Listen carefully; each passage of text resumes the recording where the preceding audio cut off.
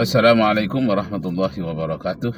Nashkurullah syukran katsira bi qiraatil hamdalah ala hidayatihi wa taufiqihi alladzi nahnu na'isu biha.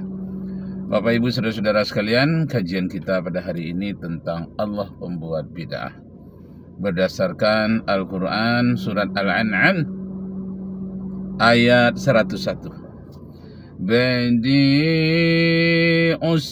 samawati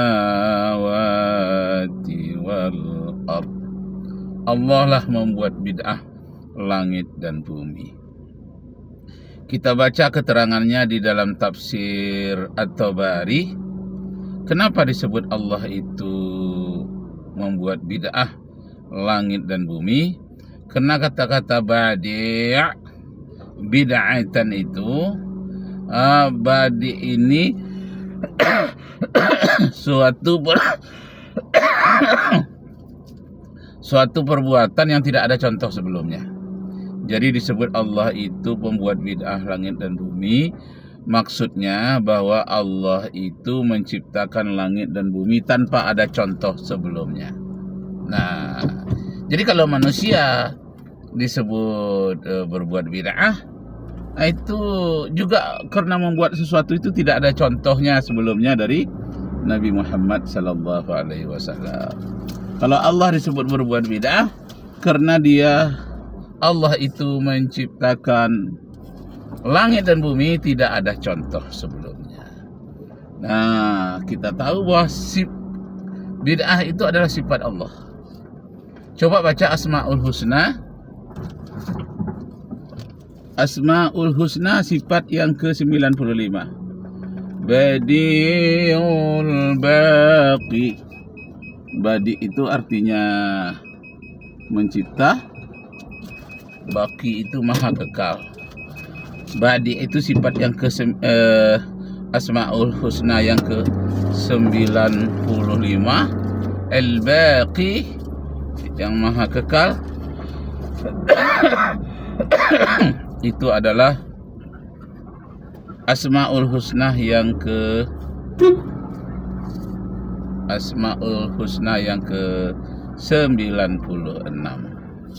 Yang terakhir As-Sabur. Nah, Bapak Ibu saudara-saudara sekalian, itu dari segi bahasa. Jadi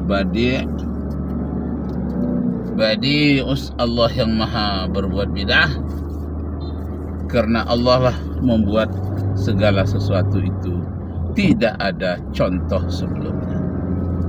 Nah, bagaimana yang dihebohkan orang setiap tahun? Setiap masjid orang bertanya tentang bid'ah hasanah, bid'ah dolalah. Nah, pada umumnya bid'ah yang dibuat oleh manusia itu adalah bid'ah dolalah.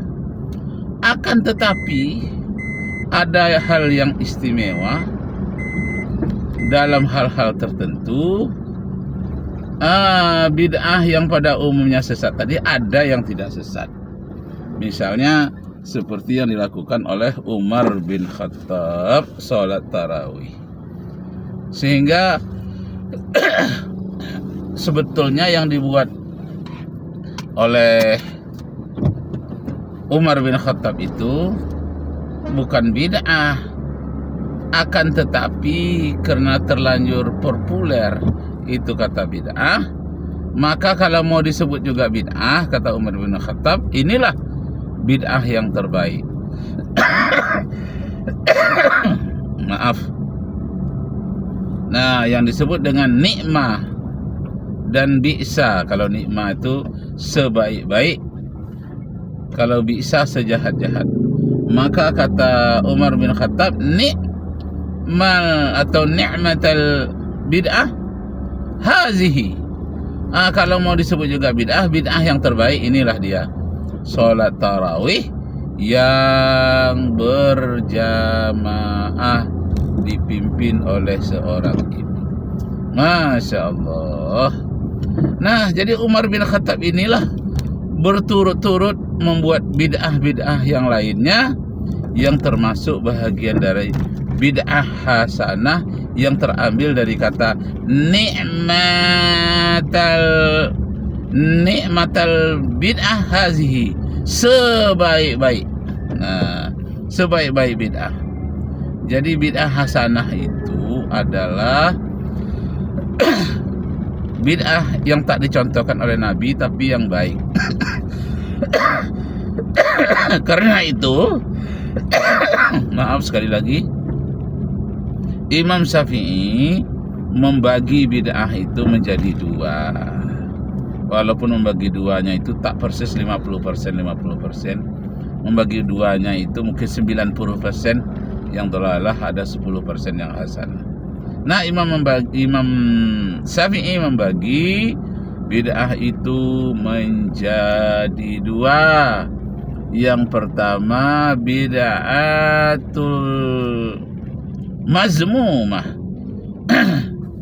bid'ah yang tak dilakukan oleh Rasulullah tapi sifatnya tidak baik.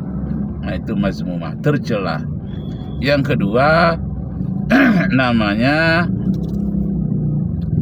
bid'atul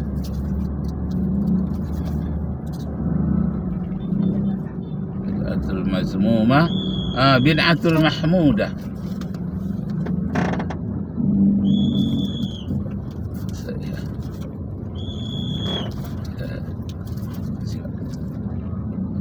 Bid'atul mahmudah. Nah, itu pembahagiannya. Tidak ada contohnya dari Rasulullah tapi baik.